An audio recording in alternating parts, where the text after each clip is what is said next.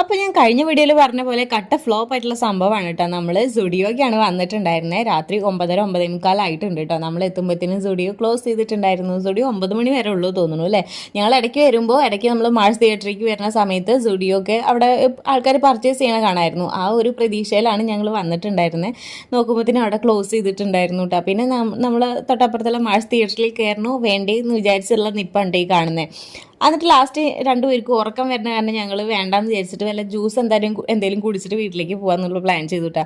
നമ്മൾ വീട്ടിൽ നല്ല ഫുഡൊക്കെ കഴിച്ചിട്ടാണ് വന്നിട്ടുണ്ടായിരുന്നത്. നമ്മൾ സ്റ്റുഡിയോയ്ക്ക് വന്നതല്ലേ, അപ്പോൾ നല്ല ഫുഡൊക്കെ കഴിച്ചിട്ടാണ് വന്നിട്ടുണ്ടായിരുന്നത്. അങ്ങനെ ലാസ്റ്റ് ഞങ്ങൾ ജ്യൂസ് കുടിക്കാമെന്നുള്ള പ്ലാനിൽ ഒരു ഷാർജ ഷേക്കും ചിക്കും ഒക്കെ പറഞ്ഞിട്ടുണ്ടായിരുന്നു. പിന്നെ മോൾക്ക് ഒരു ഓറഞ്ച് ജ്യൂസൊക്കെ പറഞ്ഞിട്ടുണ്ടായിരുന്നു. അതൊക്കെ കുടിച്ചു.